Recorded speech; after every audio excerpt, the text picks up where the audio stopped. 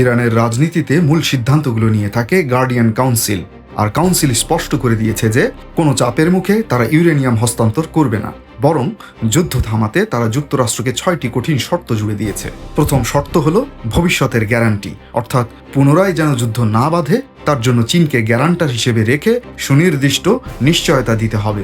দ্বিতীয় শর্ত হলো আরব বিশ্ব ও ইরান সীমান্তের কাছ থেকে সব মার্কিন ঘাঁটিকে স্থায়ীভাবে বন্ধ করতে হবে।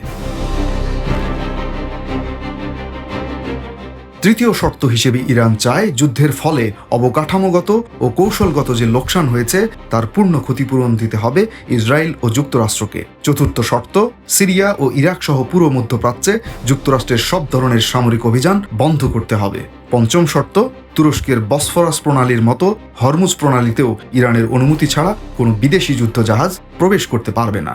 আর ষষ্ঠ ও শেষ শর্ত হলো পশ্চিমা বিশ্বে বসে যারা ইরান বিরোধী কর্মকাণ্ডে লিপ্ত তাদেরকে বিচারের জন্য ইরানের হাতেই তুলে দিতে হবে।